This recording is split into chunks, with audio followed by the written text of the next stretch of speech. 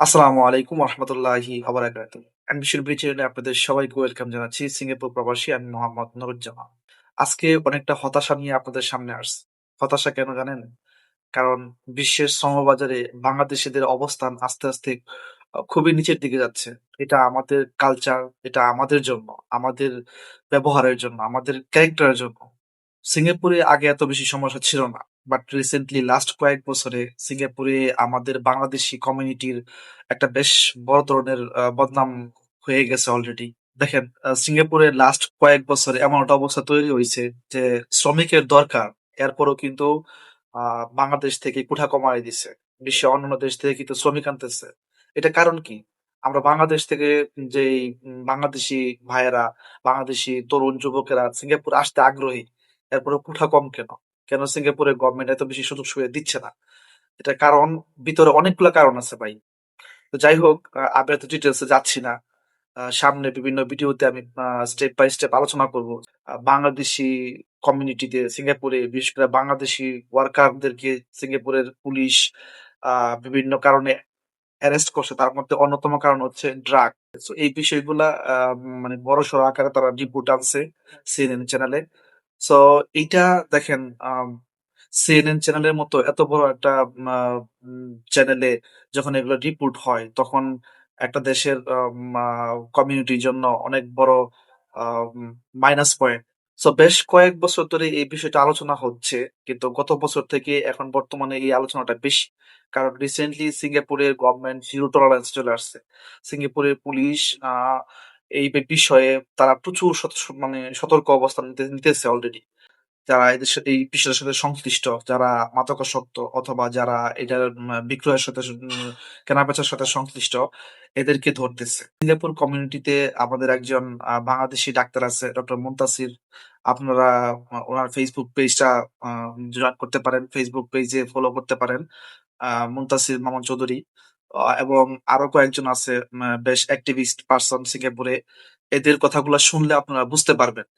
দেখেন, উনারা বাংলাদেশ কমিউনিটিকে বা এফডব্লিউসি মাইগ্রেট ওয়ার্কার সেন্টার অথবা এমওএম এর যে প্রচারণাগুলো আছে, হ্যাঁ, এই প্রচারণাগুলোতে একটা বিষয় স্পষ্ট যে এই যে সিঙ্গাপুর সিঙ্গাপুরে বাংলাদেশ কমিউনিটিতে বাংলাদেশি ওয়ার্কাররা এই ড্রাগ রিলেটেড বিষয়ে জড়িয়ে পড়তেছে, কেউ বিক্রি করতেছে, কেউ কিনতেছে বা কেউ মাদকাসক্ত হয়ে যাচ্ছে। So এই বিষয়টা কিন্তু খুব মানে ভয়াবহ আকার ধারণ করে আসছে। এই বিষয়গুলা খুঁজে পাওয়ার কিছু রিপোর্ট তারা প্রকাশ করে, যে তারা একটা মোটামুটি রিসার্চ করে যে কেন এরকম হচ্ছে, কেন দিন দিন বেড়ে চলছে। সো এটার একটা তারা অন্যতম কারণের মধ্যে প্রথম যে কারণটা উল্লেখ করছে এটা হচ্ছে যে আহ বাংলাদেশ থেকেই মানে নিজ দেশ থেকেই তারা মাদকাসক্ত হয়ে সিঙ্গাপুর আসছে। এরপর সিঙ্গাপুরে তারা এটা কন্টিনিউ করছে। এটা অন্যতম কারণ। আর দ্বিতীয় যে অন্যতম কারণ তারা বলে সেটা হচ্ছে যে আহ দেশ থেকে যখন বড় ধরনের পরিমাণে একটা লোন নিয়ে তারা সিঙ্গাপুর আসে, এতগুলো টাকা খরচ করে, ঋণের চাপ, পারিবারিক প্রেশার, মানসিক যন্ত্রণা, এসব থেকে দেখা গেছে সিঙ্গাপুর আসার পরে অনেকেই নিজেদের মধ্যে হতাশাটা কাটায় ওঠার জন্য তখন তারা বিভিন্ন মাদকের আশ্রয় নেয়। সো দেখেন, আমি যেহেতু সচেতনতামূলক ভিডিও বানাই, আহ, আমি গত সপ্তাহে অলরেডি এই বিষয়ে একটা ভিডিও আপলোড দিছি যে যারা বাংলাদেশে বাজে অভ্যাস আছে যেমন সিগারেট বলেন অথবা এই রিলেটেড যত ধরনের মানে বিষয় আছে, আমি আপনাদেরকে রিকোয়েস্ট করছি ওই ভিডিওতে যে আপনারা এগুলো চেষ্টা করেন বাংলাদেশ থেকে সংশোধন হয়ে আসার জন্য। কারণ সিঙ্গাপুরে এগুলা এত ইজি না বা এত অ্যাভেলেবেল না, অথবা এগুলো আমাদের জন্য খুবই ক্ষতিকর। সো এর ধারাবাহিকতায় আমার আজকের এই ভিডিওটা। দেখেন, আমি বলবো আমরা যদি এরকম করতে থাকি, দেখেন, খারাপ তো সবাই করে না, মানে ভুল অল্প সংখ্যক মানুষই করে। এই অল্প সংখ্যক মানুষের জন্য প্রত্যেকটা মানুষের সাফার করতে হয়, একটা বড় কমিউনিটি বড় ক্ষতি হয়ে যায়। তো দেখেন, আমি বলবো আপনারা যারা এই ধরনের কন্ডিশনে আছেন, সিঙ্গাপুর এসে যারা অলরেডি খুব বাজেভাবে জড়ায় গেছে এই বিষয়টাতে, তাদের তো কিছু করার নাই, এটা পুলিশই দেখবে, সিঙ্গাপুরের গভর্নমেন্টই দেখবে। তারা একসময় অবশ্যই ধরা পড়বে। কিন্তু আমি বলবো যারা অলরেডি আপনারা বাংলাদেশে আছেন, আপনারা বাংলাদেশ থেকে যারা সিঙ্গাপুর আসতে যাচ্ছেন, যারা এই ধরনের কর্মকাণ্ডের সাথে জড়িত, তারা সচেতন হয়ে যান ভাই। কারণ আমাদের ভুলের কারণেই সিঙ্গাপুর শ্রমবাজার আস্তে আস্তে ধ্বংসের পথে চলে যাবে ভাই। অলরেডি দেখেন বাংলাদেশ থেকে শ্রমিক আনা ডে বাই ডে কমে যাচ্ছে। আমাদের বাংলাদেশীদের জন্য কোঠা কিন্তু অনেক কমায় দিচ্ছে। এর বিপরীতে কি করতেছে? বিশ্বের অন্যান্য দেশ থেকে তারা শ্রমিক আনা শুরু করছে। সো মানে আমরা নিশ্চয়ই চাইবো না যে আমাদের ২-১ জনের ভুলের কারণে আমাদের পুরো বাংলাদেশি কমিউনিটি ক্ষতি হোক। তাই না? আপনারা যারা মানে এই ধরনের সিগারেট বলেন অথবা মাদকের যে অন্যান্য উম আ বিষয়গুলো আছে, এগুলোর সাথে যারা জড়িত তারা কাইন্ডলি প্লিজ আমার অনুরোধ থাকবে যে আপনারা জাস্ট বাংলাদেশীদের বৃহত্তর চিন্তার স্বার্থে দেশের জন্য এবং বাঙালি জাতির জন্য শুধু এইটুকু স্যাক্রিফাইস করেন যে আপনারা সিঙ্গাপুর আসার আগে নিজেদেরকে পরিশুদ্ধ করে আসেন। কি দরকার ভাই? আপনি বিদেশে আসতেছেন, অন্য একটা দেশে যাচ্ছেন। এই দেশে এসে নিজের মতো যা ইচ্ছা তাই ভাবে চলবেন। হ্যাঁ? আপনার জন্য আরো ১০ জন মানুষের ক্ষতি হবে। এটা কোন জীবন হলো ভাই? এটা জীবন না ভাই।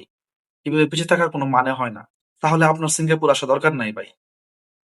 আমরা যদি এরকম করতে থাকি, এভাবে চলতে থাকি, তাহলে সিঙ্গাপুরের শ্রম মার্কেটটা একসময় বন্ধ হয়ে যাবে ভাই।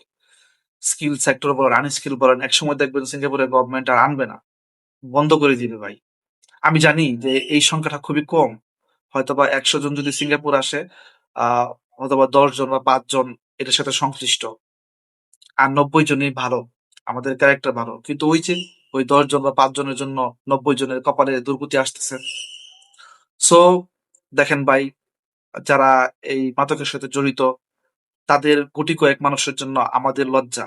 আমরা বাংলাদেশী হিসেবে পরিচিতিতে সিঙ্গাপুর এখন মানে হীনমন্যতায় ভুগি আমরা। আমাদের মন ছোট হয়ে গেছে। কারণ আমাদের যে আচার-আচরণ, পুলিশ যেখানেই অ্যারেস্ট করতেছে, আ যেকোনো দালাল, সিন্ডিকেট বলেন অথবা হুন্ডির ব্যবসা বলেন অথবা মানে যেকোনো দালালি সিঙ্গাপুরে অথবা এই যে মাদকের সাথে রিলেটেড সব জায়গায় বাংলাদেশীদের নাম। কেন রে ভাই? সিঙ্গাপুরে অন্য কোনো জাতি নাই, আছে না? কত দেশের ফরেনার সিঙ্গাপুর। তাদের তো এত সমস্যা হচ্ছে না। আমাদের এত সমস্যা কেন? আমরা জাতিগতভাবে এরকম কেন? আশা করতেছি আজকের কথাগুলো আপনারা বুঝতে পারছেন। কেউ ভুল বুঝেন না। সো আমার কথাগুলো হৃদয়ের কাছ দিয়ে বোঝার চেষ্টা করবেন। সবাই সাথেই থাকবেন ইনশাআল্লাহ। সবাই ভালো থাকেন, সুস্থ থাকেন, নিরাপদে থাকেন। ধন্যবাদ সবাইকে।